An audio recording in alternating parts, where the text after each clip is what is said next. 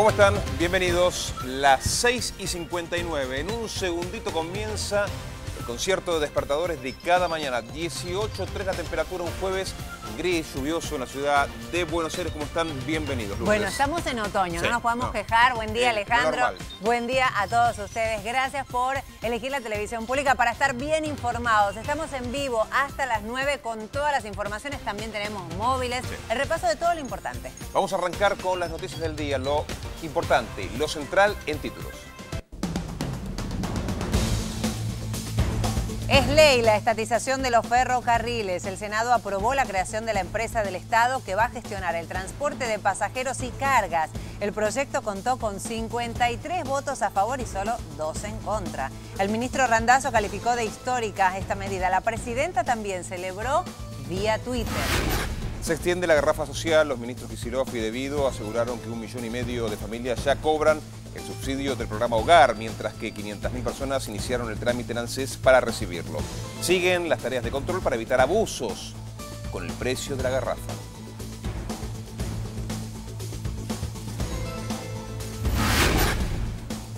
Nuevos incidentes en La Salada, ¿se acuerdan, no? La jornada anterior estuvo calificada por tensión, pero además quemaron neumáticos, habían arrojado piedras, rompieron las cámaras de seguridad en repudio a un nuevo operativo por parte de la policía bonaerense que había desmantelado miles de puestos de trabajo levantados al costado del predio.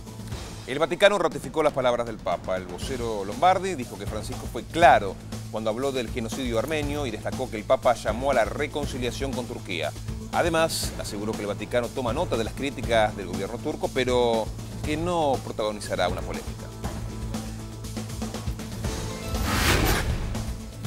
Y la luz se hizo. River goleó 3-0 a San José en el Monumental y festejó su pase a los octavos en la Libertadores. Recién jugando en Perú terminó el partido entre Tigres y Juan Aurich, que ganaron los mexicanos por 5-4. En el grupo de San Lorenzo, San Pablo ganó, complicó al Matador. Si hablamos de la Champions, Barcelona brilló en París con Suárez, Neymar y Messi.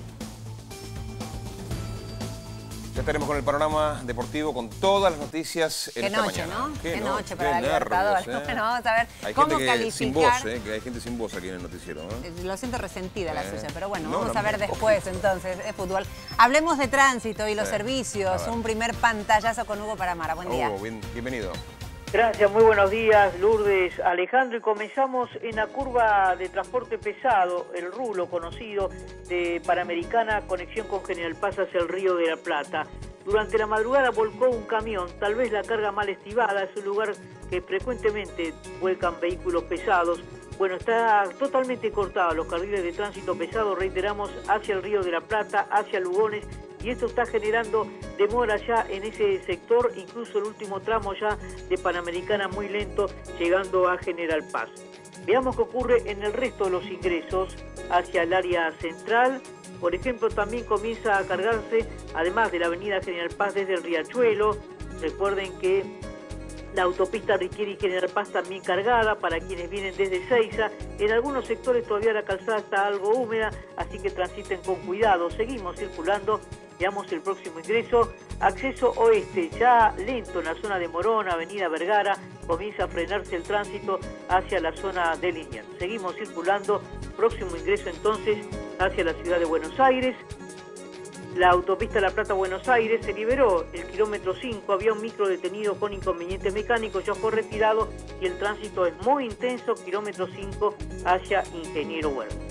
Próximo ingreso hacia la ciudad, en este caso General Paz y Lugones, lento ya la avenida Lugones, por lo menos hasta Udaondo, luego es un poco más fluido hacia la autopista Ilia y nos vamos acercando a las autopistas urbanas, hablamos de Perito Moreno, 25 de Mayo y de Piane. La transición de estas tres autopistas bastante cargada y por momentos muy lenta hacia el centro porteño. Recuerden que en la autopista 25 de Mayo siguen las obras de carriles exclusivos para el transporte público de pasajeros. Hablando de transporte público, veamos cómo está funcionando por el momento las distintas líneas ferroviarias, subtes y premetro de acuerdo a sus cronogramas. Finalmente, vamos a anticipar que a partir de las 8 está previsto un corte por manifestantes en Corrientes y Callao. Y en cuanto a las rutas del país, Ruta Nacional 205, atención, corte total chocaron a la altura de Lobos, kilómetro 120, un micro, 3 camiones y un auto. Hasta el momento, lamentablemente, una persona fallecida. El corte total que se va a extender en Lobos, ruta 205, seguramente por bastante tiempo más. Vamos a ampliar. Hasta luego. Hasta luego, Hugo. Muchas gracias. Bueno, con esa lamentable noticia, ¿no? Ese choque, un fallecido. Arrancamos así la mañana. A ver, ¿cómo estará el tiempo? Arrancamos por el área metropolitana. Nadia, bienvenida. Sí, efectivamente, encontramos una mañana destemplada. Lloviznas, lluvias de a ratos y por barrios. Y este es el panorama en el Gran Buenos Aires, justamente, pero de a ratos, no es que está lloviendo todo el tiempo. Ezeiza, San Miguel, fíjense las temperaturas parejitas entre los 18 y piquito y hasta los 23 en San Fernando. Nos vamos a ver la ciudad de Buenos Aires. Aquí está la presión atmosférica bien para arriba y nos manda viento del sector noreste. Más y más humedad para hoy. Va a intensificarse en las próximas horas el viento, va a soplar un poquitito más fuerte y a la noche va a volver a aflojar. Máxima para hoy y unos 24 graditos, nada más, destemplado. Eso es la información del Servicio Meteorológico Nacional. Bien, gracias Nadia. En un ratito recorremos todo el país con el tiempo, con el pronóstico. A ver, bueno, el Estado es el administrador de los ferrocarriles. Bueno, ayer se dio el último paso que faltaba en el Congreso. Se dio el visto bueno en el Senado, porque diputados ya había aprobado y ya es ley ese proyecto para estatizar todos los trenes. Así es, y cuando hablamos de todos los trenes, son todos los trenes de pasajeros y los trenes de carga, tan importante, ese flete mucho más económico que está esperando el hombre y la mujer de campo para trasladar sus productos al puerto. Mira, es un proyecto de ley que consolida un proceso de recuperación que en realidad ya se inició hace 2 años y medio por parte de la presidenta Cristina Fernández. Esto dijo Randazzo, quien agradeció a todos los bloques de la oposición que en una actitud de enorme madurez han acompañado la medida. Ahí veíamos la placa, 53 votos a favor, sí. Frente para la Victoria, pro UCR, peronismo federal, claro, y 2 en contra. La presidenta de la Nación también eligió una red social para referirse muy contenta acerca de lo que era esta ley. Ya estaba en manos del Estado los trenes, pero bueno, una vez oficializado, recuperamos la administración de nuestros ferrocarriles, dijo la presidenta, con la sanción hoy de la ley de recuperación de nuestros trenes los argentinos. Estamos construyendo nuevos sueños, dijo Cristina Fernández. Claro, porque el primer tuit decía, Néstor decía que de los viejos fierros vamos a construir nuevos sueños. Bueno, así fue. ¿Saben que el artículo 1 de esa ley declara interés público nacional la política para reactivar los ferrocarriles, la renovación, el mejoramiento de infraestructura? Y ¿saben qué? Para algunos que se animaban a criticarlo, esto tomó como referencia una experiencia francesa muy reciente en donde se unificó todo el sistema ferroviario bajo un gran holding público. Ahí está, ya es ley entonces nuestros ferrocarriles. De los sueños de la presidenta de la Nación, en referencia justamente a los trenes, estamos construyendo nuevos sueños. Vamos a hablar de la construcción del programa, el programa Hogar, que tiene a millones de argentinos esperando tener esa garrafa a un precio diferenciado.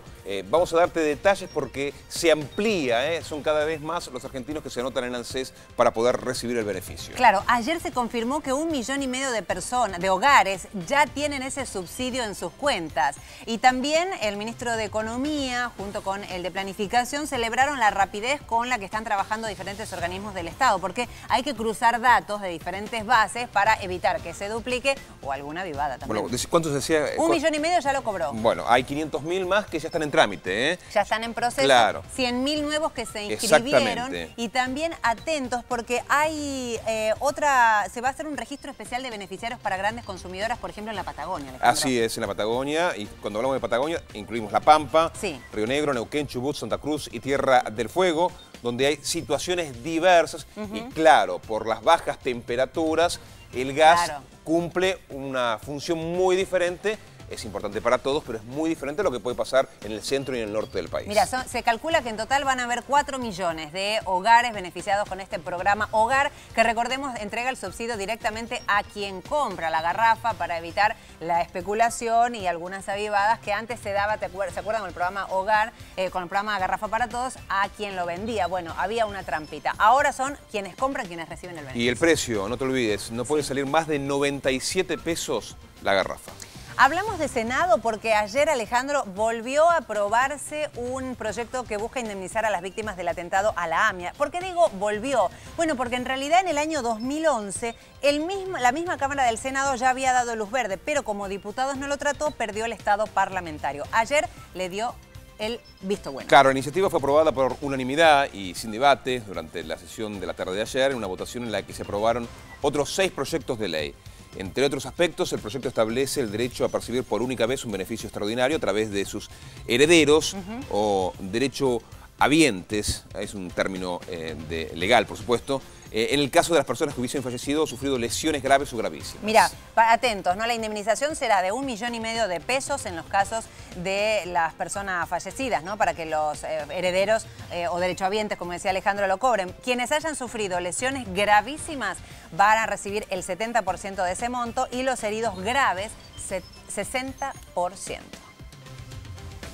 Ahora pasa a diputados, recordemos, ¿no? También para aprobarse y convertirse en ley. Nos parece que no se van a poner nunca de acuerdo la querella encabezada por la jueza de San Isidro, Sandra Arroyo Salgado, y el fiscal Fein, ni siquiera por el arma encontrada en el domicilio de la madre, justamente, del fallecido fiscal Nisman. ¿Por qué? Porque para Fein no agrega nada y para Sandra Arroyo Salgado cambia absolutamente el eje de la investigación. A ver, estas son declaraciones a los medios, como si fuese algo así similar a un reality. Bueno, una habla, la otra le responde. Sí, es verdad. En realidad, estos cruces lo que hacen es entorpecer más, generar más ansiedad de toda la población, que lo que busca en realidad es establecer qué pasó, cuáles fueron las causas, los motivos de la muerte del fiscal Nisman. Como bien decías, para una cambia todo, para otra no modifica nada. A ver, ¿qué dijo Sandra Arroyo Salgado a través de las declaraciones a los medios una vez que se supo de la aparición de esta arma? Quiero ver qué medidas toma la fiscal.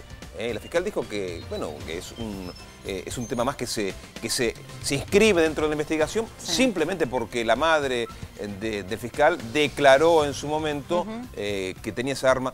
Bueno, mirá, recordemos las palabras de ayer de Aníbal Fernández, ¿no? Que se preguntó por qué tardaron tanto tiempo en allanar el domicilio, sabiendo que en las primeras horas de una vez conocida la muerte de Nisman, la madre del fiscal había vaciado las cajas de seguridad del Banco Ciudad. Bueno, ese es un derecho igual de la madre. Lo cierto es que recién en esta semana fue a declarar la mamá. ¿Se acuerdan que había presentado en diferentes oportunidades escritos excusándose por motivos de salud?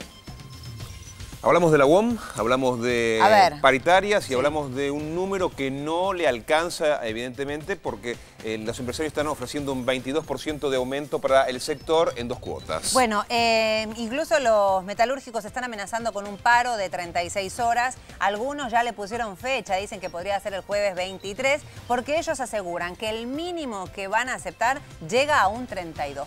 Antonio Caló dijo, tenemos la mejor intención de arreglar, no queremos problemas, admitió, pero cuestionó que no puedan pagar buenos aumentos cuando tuvieron enormes ganancias los empresarios. Va en consonancia con lo que dijo la presidenta de la Nación días atrás, de que el ajuste no lo paguen justamente los trabajadores, que la mayor inversión que necesiten los diferentes sectores no se haga justamente a través del bolsillo de los trabajadores. A ver, mientras tanto, los gremios del transporte desistieron de acompañar la medida. Las centrales opositoras de Huemoyano y Luis Barrio Nuevo dieron marcha atrás con los planes de una nueva jornada de huelga. Bueno, vamos a ver qué pasa finalmente con los metalúrgicos, que piden un mínimo de 8.500 pesos. Cuando le hacen los descuentos llegan a 7.700. Los empresarios dicen que estamos desubicados, aseguran. Y hace 100 años se daba el genocidio armenio a manos de Turquía. Sí, claro. Bueno, claro, el gobierno turco siempre rechazó calificarlo así como un genocidio. El Papa hace días utilizó esa frase, generó una polémica, pero el Vaticano ya ratificó la postura del Papa y asegura que respeta la postura turca, que no está de acuerdo, pero no se meterá en una polémica. Claro, ellos dijeron, escuchamos lo que dicen los turcos, escuchamos lo que dice su gobierno, entendemos que hubo toda una modificación y un cambio a partir del momento en que Turquía se convierte en Turquía y deja de ser el Imperio Otomano. Pero la realidad marca de que hubo 1,5 millones de muertos en algunas décadas y el mundo entiende que fue un genocidio. Bueno, Turquía ofendida con las palabras del Papa y el Vaticano dicen no vamos a entrar en polémicas. Como todas las mañanas, el jefe de gabinete habla a esta hora. Estamos allí con Laura Maiocchi. Buen día, Laura. Buen día, Lourdes, Alejandro. Lo cierto Buen es que día. hace segundos nada más se acaba de hablar con nosotros. Aquí lo tenemos todavía al jefe de gabinete, Aníbal Fernández, hablando aquí con la prensa. Uno de los temas, le preguntamos recién, ustedes hablaban del Papa, tiene que ver con que si estaba confirmada o no la visita de la presidenta de la República Argentina, Cristina Fernández, allí al Vaticano el 7 de junio. Dijo que él todavía no tiene novedad, que sabe solamente, o se sabe solamente lo que ha trascendido en la prensa. Otros temas, por supuesto, el caso Nisman, los allanamientos, el hallazgo del arma personal en el allanamiento en la casa de Sara Garfunkel y también, por supuesto, el deslizamiento de los gremios en la jornada de ayer de adelantar la posibilidad de un paro de 36 horas, un nuevo paro de 36 horas, y la posibilidad de que a fin de año las distintas CGT se vuelvan a reunificar. Que esto lo dijo Caló, y además, por supuesto, qué opina el jefe de gabinete de otros temas de la agenda nacional. Lo compartimos. Finalmente el Senado aprobó el proyecto de estatizar los ferrocarriles. Sí, en el mundo la mayoría de los países no se desprende de las empresas de ferrocarriles. Lo que se busca es optimizarse. Gran Bretaña inclusive en algún momento, Inglaterra puntualmente, en algún momento se desprendió de toda la empresa de ferrocarriles y después recuperó lo que significa el manejo de las vías. La optimización del manejo de las vías es una de las preocupaciones más grandes hoy en el mundo. Yo les debo haber contado en algún momento que el anillo de Rotterdam es fenomenal en cuanto al trabajo, porque lo que hace es precisamente vender el tramo de horario por el lugar donde va a pasar. Entonces hace que uno en determinada hora, por haber pagado su servicio, pueda pasar con su tren y su carga hacia el rumbo que ya había determinado, y en ese marco está libre el paso para que pueda trabajar sin ningún tipo de inconveniente, y se hace una enorme reducción de costos. Además, el tren de por sí, por la cantidad de ejes que tiene y la cantidad de mano de obra que ocupa, que es ínfima comparado con el camión, hace que la reducción de costos en términos de traslado de la mercadería que pueda llevar es fenomenal. Bueno, en algún momento había que tomar esa decisión, la inversión corría por cuenta de los argentinos, pasó como con las AFJP. Las AFJP, el 70% de las jubilaciones las pagaba el gobierno nacional. ¿Qué sentido tenía entonces de darle semejantes sueldos a los gerentes y semejantes comisiones? Ninguno. Volvamos al Estado, que fracasaron en el mundo por otra parte, volvamos al Estado, que el Estado sea el que se encargue de pagar las jubilaciones y garantice a todos sus trabajadores que tocan hacerse del servicio y de la jubilación el derecho. Bueno, acá pasa lo mismo. El Estado es el que está invirtiendo dineros muy importantes como para poder comprar el material rodante y para reparar las vías, que es el tema que más nos preocupa para la explotación al máximo de una tarea importante en términos de carga y de transporte de pasajeros, que no tiene por qué mezclarse una cosa con la otra y pueda funcionar. Bueno, ayer se dio sanción definitiva en el Senado, una explicación muy clara de lo que se pretende cumplir a corto plazo, y los resultados los muestran la unanimidad en el voto, con lo cual votos en contra de Pino Solanas y Morandini. Sí, está bien. No, nunca votan nada. Morandini no recuerdo que haya votado, salvo un día que había que votar quién era el que izaba la bandera. Después no votó nada que positivo, con lo cual busca el pretexto para no votar. No me preocupa eso. Digo, quienes tienen responsabilidades partidarias han sido en este caso por lo menos consecuentes con esa responsabilidad partidaria y han acompañado una medida que beneficia a los argentinos. Ministro, finalmente la Auditoría General de la Nación rechazó tratar la denuncia sobre el uso de unos fondos para el programa Fútbol para Todos. ¿Qué reflexión puede tener en ese sentido? Que no podía ser de otra manera. Para que ustedes sepan, la administración de Fútbol para Todos es una administración de una simpleza 100 veces más simple que lo que puede ser administrar un kiosco, porque un kiosco tiene pastillas, chicles, caramelos, chocolates, se complica entonces por la cantidad de producto. Acá usted compra un producto que es los derechos del fútbol por televisión y paga un dinero por ello. No tiene mucha más explicación. Y ustedes, que son toda gente de los medios, a eso agréguele lo que pueden significar los costos específicamente de la producción. Y nada más, no tiene otro gasto. Entonces, la administración es simplísima, es muy fácil de llevar a la práctica y resolverla. ¿Qué es lo que ha aparecido en este caso? Se presentó toda la documentación. Yo no la miré porque no estaba en la jefatura de gabinete. No le satisfizo a quien hizo el informe, que seguramente era uno de la oposición. Hay 3 radicales y 4 peronistas en la Auditoría General de la Nación. Los 3 radicales son Despuy, Pernacetti y Nievas. Uno de ellos ha hecho el informe hipernegativo, y ahí veía recién en Clarín, en Nación, que estas cosas se llenan la boca para decirlo. Es un informe mentiroso, falta a la verdad. Como yo no tengo dudas de lo que les estoy diciendo, hoy voy a pedir formalmente que me den ese informe mentiroso que fue mandado al archivo y que no tiene ninguna característica de informe más que un mero comentario, un mero antecedente y nada más que eso, ahí se muere, para contestárselo, y después lo voy a publicar en mi blog, para demostrar que están faltando a la verdad los tres que han escrito ese papel, buscando solamente una ventajita politiquera porque estamos en épocas electorales. Bueno, no podía ser de otra manera.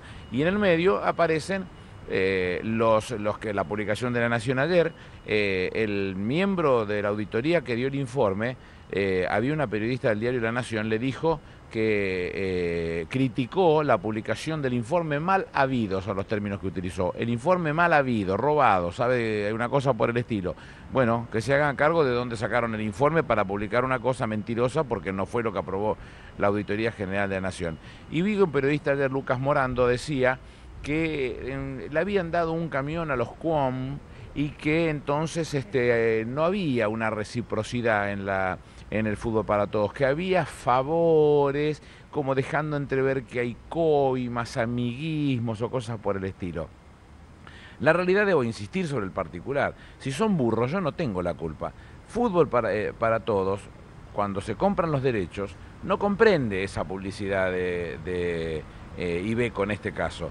Lo que nosotros hemos hecho desde un principio, yo lo hablé esto con Julio Grondona y lo volvimos a hacer este año que yo soy jefe de gabinete y tengo esa responsabilidad, es pedirle que le cedan ese derecho al Estado. No pagó nada el Estado por eso y se beneficia con los camiones que le entregan para el uso que se le tiene que dar en las actividades. Ya se presentó el listado de todos los camiones, a quién se le otorgaron. Hay un caso del CUOM que lo pusieron como un hecho que no sé ni por qué se le entregó, ya averiguaré cuál es la razón, porque no fue en mi gestión, pero todo el resto son de trabajo. Muchos están en la televisión pública, no me van a dejar mentir que acá hay periodistas de la televisión pública, muchos están en Vialidad, muchos están en la Policía Federal, muchos están en Gendarmería, están en lugares que se compran camiones permanentemente y que a nosotros nos beneficia ese tipo de situaciones porque en el marco de la utilización de un bien para el pago de ese servicio y que no es un derecho del gobierno, que se lo cede la AFA gratuitamente al gobierno, se benefician los argentinos porque no se gasta dinero. Pero bueno, siempre hay este gesto politiquero berreta al que tenemos que asistir. Hoy se llenan la boca varios diarios hablando de esta cosa que es una gansada. Bueno, yo les voy a contestar a los tres auditores, porque les tengo mucho respeto a los tres, pero faltan a la verdad. Lo voy a contestar públicamente, lo voy a poner en mi blog para que todo el mundo vea que faltaron a la verdad. Ministro, en el ámbito gremial deslizaron un posible paro de 36 horas y también la reunificación de la CGT a fin de año. No, yo no puedo hablar de la vida de los gremios y la relación con la Confederación General del Trabajo. Es un tema que les pertenece a ellos mismos y que sabrán lo que tienen que hacer.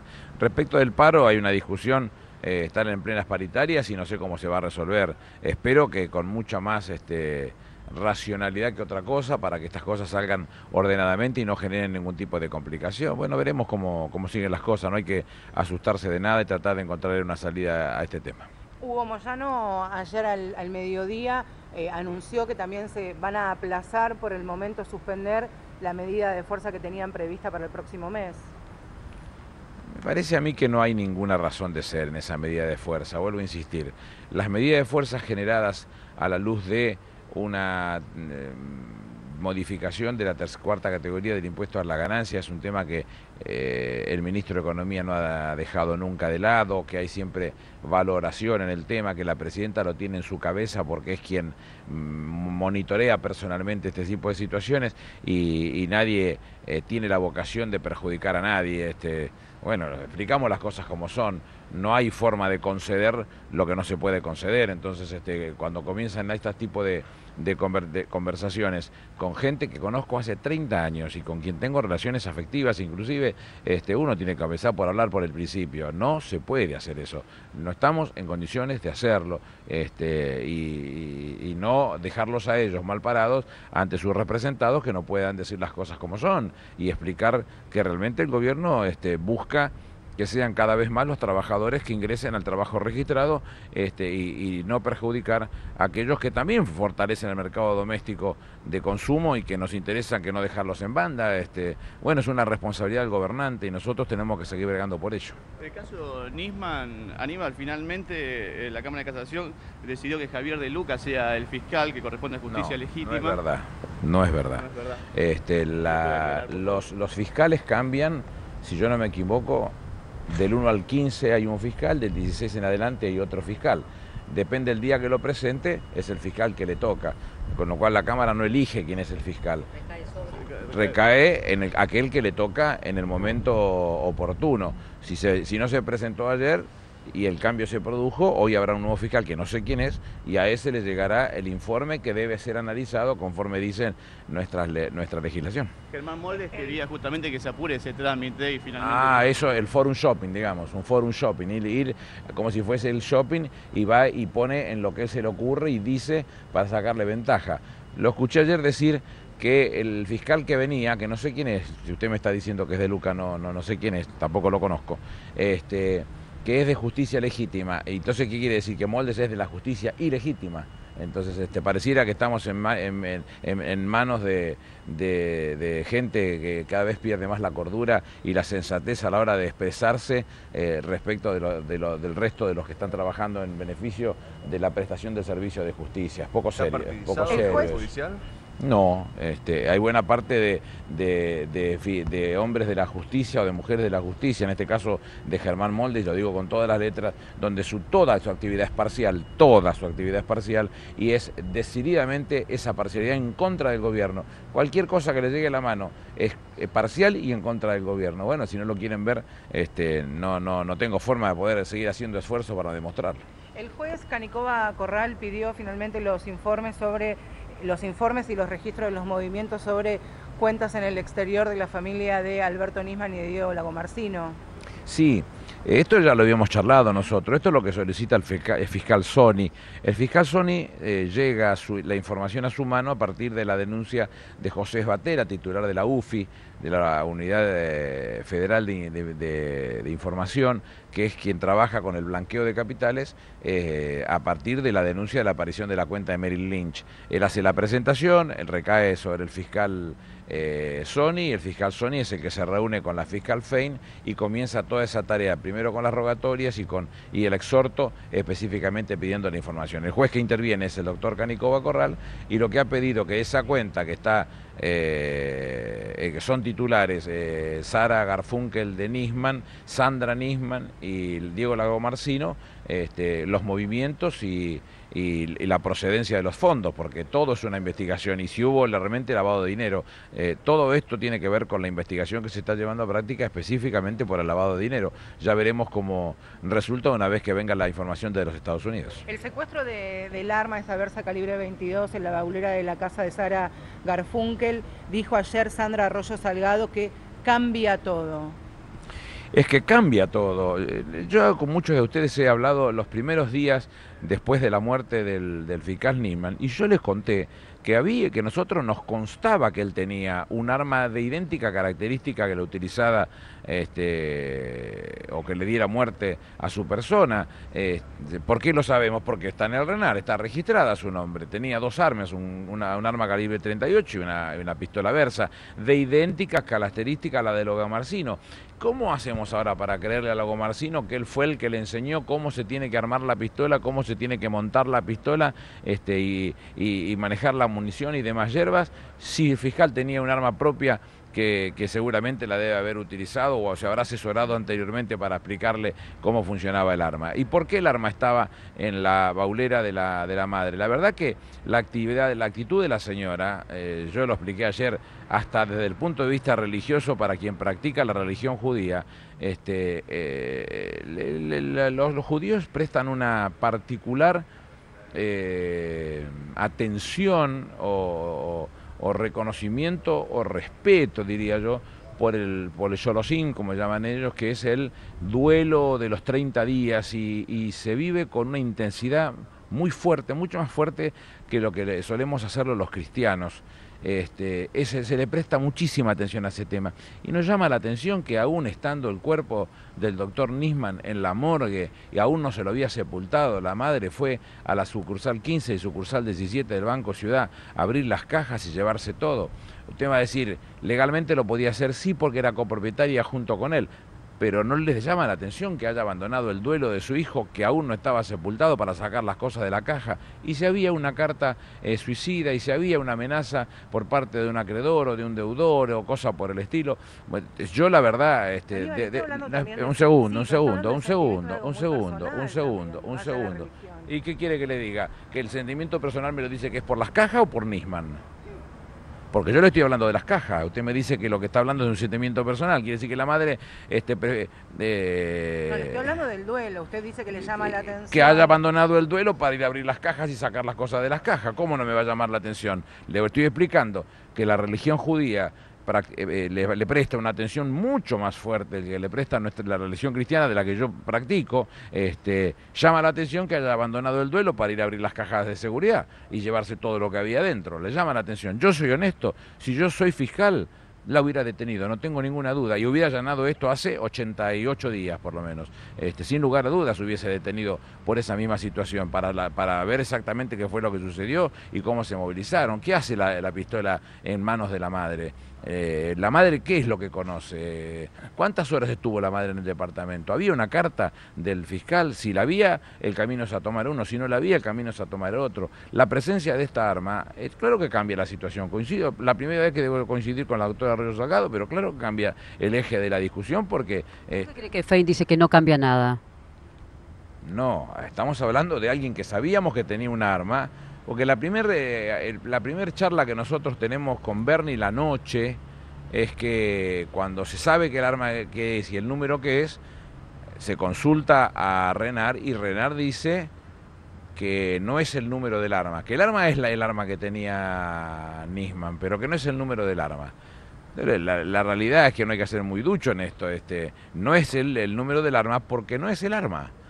Coincide la casualidad de que son el mismo tipo de arma, pero no es el arma. Y dicho y hecho, con el número del arma que se encontró y con la que todos coinciden que es la que dio muerte al fiscal Nisman, esa arma, por ese número se llega a quien es el titular y por eso se lo va a buscar. No vino por su propia voluntad ni a Lagomarsino. ¿Tenía conocimiento en cierta forma que había una cuenta en el exterior y que la madre la quiso vaciar y no pudo junto con su hija porque la clave en realidad la tenía Diego Lagomarsino? No, lo desconocíamos, eso lo aportó la doctora Arroyo Salgado, pero además,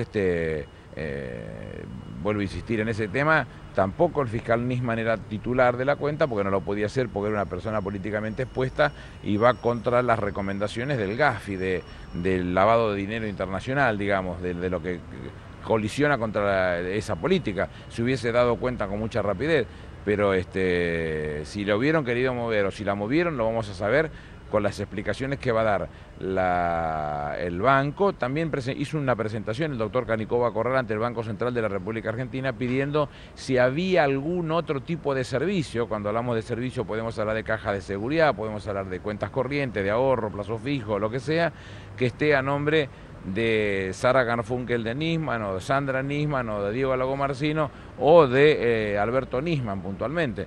Estamos en una situación que agrega información a la investigación y que yo creo que cambia la historia. Un arma que tenía propia, ¿por qué le pide un arma a un amigo, entre comillas, para defenderse si tiene un arma que es propia? No se termina de entender eso. ¿Y vamos a saber qué contienen esas cajas de seguridad que... Y yo no lo sé si lo vamos a saber, porque pasaron hoy, ¿qué día es? 16 hoy. Quiere decir que 2 días después, 2 días más faltará para que se cumplan los 3 meses. Pasaron por lo menos 85 días desde cuando debió haberse allanado y de cuando debió habérsele pedido las explicaciones o haberle pedido al Banco Central que clausurara cualquier servicio que tuviera nombre de las personas de las que estamos hablando para que no se tocara eso y se pudiera apreciar lo que había ahí adentro. Se sacó hace 80 y pico de días. Es muy difícil. El gobernador y candidato a presidente de la SOT, el gobernador de Córdoba, dijo que si llega a ser presidente quitaría los fueros tanto a los legisladores como al presidente. Y... queríamos saber su opinión, si está de acuerdo o no. Pero hoy la ley de fueros ya deja más o menos el tema resuelto, porque lo que está diciendo es que cualquiera que haya o que esté comprendido en una, lo hemos charlado en las charlas nuestras matinales un poco más calurosas, cuando sucede un hecho determinado y el que forma parte es un funcionario público, debe presentarse a la declaración indagatoria si fuera citado para la misma, o en ese caso habilita a que se le pida el juicio político o el desafuero o lo que sea para que pueda avanzar en las condiciones que corresponden. No hay nada que lo frene, no creo que esté diciendo nada nuevo, no veo que haya nada que se haya rajado el mate para encontrar una respuesta, ¿no? La visita de Cristina Fernández al Papa en el Vaticano, ¿está confirmada? Yo no tengo ese dato, se los he dicho con mucha honestidad la última vez y no he hablado con la presidenta de esa visita en ningún momento. Conozco lo que he escuchado por parte de Alicia Barrios, que la he visto en alguno de los medios comentar una charla personal que ella como amiga del Papa ha tenido con el Papa. Yo no conozco más que esos datos y no me gusta manejarme por chusmerío, me parece que suena feo eso. En los próximos días viaja a Rusia, en los próximos días, señora presidenta. ¿Cuáles son los temas que va a acordar con el presidente de Rusia? No, fundamentalmente temas comerciales y seguramente hay muchos temas para conversar sobre relaciones que nos pueden importar. Ellos están trabajando en inversiones importantes de centrales hidroeléctricas como Chihuido, si yo no me equivoco, y consolidar relaciones de esa característica en quienes tienen vocaciones de invertir en la Argentina es muy importante, sobre todo que los agoreros siempre dicen que en la Argentina nadie invierte y vienen países como Rusia, como China, que invierten mucha plata, entonces la presidenta no tiene otro remedio que viajar a estos países y consolidar esa relación para que sigan siendo mayores las inversiones para beneficio de los argentinos. ¿Listo? Muy bien, ahí estaba la palabra entonces del jefe de gabinete. Hace instantes lo compartíamos, lo presentaba nuestra compañera en vivo desde Casa de Gobierno. Bueno, atentos porque ayer comenzó el Congreso Nacional del Radicalismo, pero el popular. Claro. Ayer estuvo Leopoldo Moró, recuerden, invitando a todos. Bueno, esto comenzó el día de ayer en horas de la tarde en un teatro, pero hoy va a ser el segundo día y va a clausurar allí con la presidenta Cristina Fernández. Va a estar presente allí en el acto esta tarde. La presidenta de la Nación, Cristina Fernández de Kirchner, será la única oradora del encuentro que comenzará a las 6 de la tarde en Parque Norte. Ese sector del partido, hay que decirlo, sumido en una crisis de identidad profunda, que tiene como a Ernesto Sanz como presidente del mismo, y este acuerdo electoral que hay que decir fue ratificado en la jornada de ayer junto a Mauricio Macri en el interior del país. Sí, bueno, lo cierto es que ese acuerdo con el PRO fue lo que generó un quiebre. Y Leopoldo Moró decía, despertó también otros sectores que estaban ya participando del partido, un partido histórico, en el interior del país sobre todo, y se vio a una juventud que no está dispuesta a hipotecar el futuro del partido. Por ese motivo están allí tratando de debatir el proyecto, cuál va a ser la postura, porque estamos, claro, en año electoral, eso no se puede desconocer. ¿Qué va a pasar? Veremos hoy la clausura, estaremos atentos. Vamos a ocuparnos nuevamente de la salada. Ha sido las últimas semanas realmente de mucha actividad y tensión en la zona. Vamos a repasar, porque hubo informaciones contradictorias en las últimas horas. Se hablaba de nuevos incidentes anoche con un herido de bala. El herido de bala que sí existió se produjo en los incidentes de la noche del martes. Cuando hubo tiroteos, cuando se destruyeron las cámaras de seguridad. Cuando prendieron fuego, ¿no? Cuando hubo intentos de saqueos. No, hubo saqueo, claro. Algunos intentos, sí. Y en algún local en particular se saqueó. Anoche lo que hubo es nuevas manifestaciones justamente para pedir que puedan instalar esos puestos. Bueno, ahí vemos a la policía que desde ayer estaba resguardando, claro, cuidando la zona para evitar nuevos incidentes. Recordemos que Hugo Matzkin el día de ayer, el jefe de la policía bonaerense, confirmó que sí, efectivamente, la primera noche, fue martes, madrugada del día de ayer, hubo incidentes, hubo intercambio de disparos y una persona estaba herida. Él calificó, hay un delincuente herido, algunas versiones decían que era un barra brava, bueno, no se podía confirmar, pero sí una persona estaba herida y fue hospitalizada. Ayer, minutos antes de las 22 horas, se sintió en la República Argentina una exhalación profunda. Pensé que seguíamos hablando de la salada, ¿no? Profunda, hubo como se soltó el aire, millones de argentinos soltaron el aire y dijeron, bueno, terminó. yo no sé cómo calificar. Juan Carlos está con nosotros, le pregunto. Clasificó River, es cierto. ¿Fue triste que dependan de otro equipo? ¿Fue emocionante? ¿Cómo lo calificamos? Buen día. Histórico. A priori emocionante, por Bien. lo menos, por lo que sucedió en el Monumental, pero fundamentalmente lo que sucedió allí en Chiclayo, Claro. donde River necesitaba sí o sí una victoria de Tigres, impedir en todo caso que Juan Aurich no se alce con los 3 puntos porque si no se terminaban las chances del equipo de Marcelo Gallardo. Pero se dio un 5-4 que es bastante, por lo menos, atípico, no sé si decir sorpresivo. Ya se había dado un resultado similar en una clasificación de San Lorenzo de Almagro, ustedes recordarán. Sí. Después el equipo de Boedo terminó saliendo campeón. Fue el año pasado en ese compromiso entre Unión Española e Independiente del Valle. Vamos a estar con todos los detalles de este partido, de Boca. Sigue la Copa Libertadores de América y vamos a estar con todos los detalles hasta las 9 de la mañana. Claro, y se viene Boca, atento porque él viene con todo, Juan Carlos. Muy bien, a ver, jueves, día de estrenos, día Alejo, bienvenido. Muy, pero muy buenos días. Buen Y día. llego con 6 estrenos bajo el brazo, bien variaditos. Hay una de terror que no asusta a nadie, yo le voy avisando, pero está. También hay una argentina, un policial negro, interesante propuesta de género, documental para compartir con los chicos. Pero las más atractivas, para mí por lo menos, pasan por una francesa con Fanny Ardant, gran actriz. Y además con la última película, la despedida de uno de los más grandes, si no el más grande animador de la historia del cine, de Hayao Miyazaki. De todas estas vamos a estar hablando acá en minutos en Visión 7. Gracias, Alejo, estaremos atentos entonces. Bueno, de todo tenemos en el De cine. todo. 7:40, estamos en vivo hasta las 9. ¿Hacemos la primera pausa? Primera pausa, ya regresamos.